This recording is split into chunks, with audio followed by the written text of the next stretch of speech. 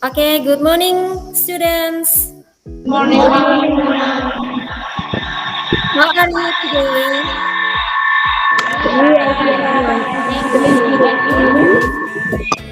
Before we start to learn today, we have to pray. Septiana Aga, could you help me to lead the prayer? Okay, time is yours. Let us pray.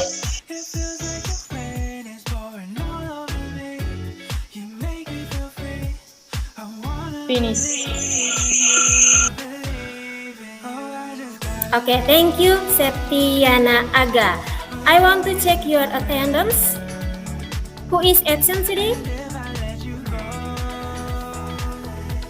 We are not complete. You are complete. It's so good. Before that, I want to share the material for you. The objective learning today. Ya, tujuan pembelajaran hari ini. The first one, to identify the social function, structure text, and language feature of analytical exposition text. Ya kan? Fungsi sosial, bagian-bagian dari teksnya atau structure of the text, and language feature of analytical exposition text, atau yang disebut dengan unsur-unsur kebahasaan dari analytical exposition text. Are you ready for learning English today? Yes. Are you ready?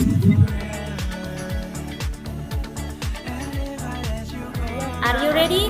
Now you have to watch the video about one example of video about analytical exposition text entitled "The Importance of Sleep." Yeah, I'll give you 5 minutes for watching this video. Today, we're going to talk about the importance of sleeping and the 10 scientific health benefits of sleep. We're also going to finish with some proven sleeping tips that will ensure you get a full night's rest and make sure you get the right amount. Before that, let's talk about the health benefits of sleep. How many hours? Who want to answer my questions? How many hours you need to sleep per day? Eva dulu. Eva? 8 hours. Oh, 8 hours. 8 hours you need to sleep per day. Siti Hawa, how many hours you need to sleep per day? 10 Pardon me, I can hear your voice. Ibu tidak bisa dengar suaranya. Berapa? How many hours? 8 hours. Oh, 8 hours you need to sleep per day. Okay, thank you. Is Aga. Coba berikan opini atau pendapat Is bahwa tidur itu bagus untuk kita. Coba.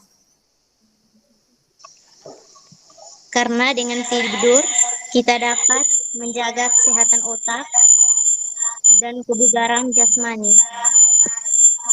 Opinion, siapa lagi yang bisa memberikan jawabannya? Kira-kira tidur itu bagus untuk kita. Oh, Septiani Aga. Silakan. Tidur juga dapat meningkatkan metabolisme dan memperkuat sistem imun tubuh. Oh, ini. Definition of analytical exposition text. Exposition text is a text that elaborates the writer's idea about phenomenon surrounding. Jadi ini dalam bahasa Indonesianya, teks eksposisi itu teks yang menguraikan pemikiran penulis. Ya, tadi sudah dikatakan bahwa teks yang menguraikan pemikiran penulis tentang peristiwa di sekitarnya. Ya, about the phenomenon surrounding. Ini definisi atau pengertian dari analytical exposition itu sendiri. Sekarang, yang berikutnya. Nah, ini kita sudah masuk ke yang tadi Ibu katakan tujuan pembelajaran. The learning objectives. The first one, we have to know about the social function. Jadi kita harus tahu fungsi sosialnya. Ini, what is the social function of this text? Its social function is to persuade the readers that the idea is important matter. Ya, important matter. Ini dalam bahasa Inggrisnya. Kemudian dalam bahasa Indonesianya, tujuannya adalah untuk meyakinkan pembaca. Ya, untuk meyakinkan pembaca bahwa pemikiran itu merupakan persoalan, idenya itu merupakan persoalan yang sangat penting. Ide yang dia tuangkan pada saat itu membutuhkan atau memerlukan perhatian lebih. Kemudian ini, tujuan pembelajaran yang kedua, generic structure of analytical exposition text. Ya, the generic structure. The first one is thesis. The second one is argument. And the last one of the generic structure of analytical exposition text is reiteration. Nah, kita lanjut yang berikutnya. Setelah generic structure, nah ini lexicogrammatical features of analytical exposition text, atau yang biasa kita sebut dengan language feature of analytical exposition text.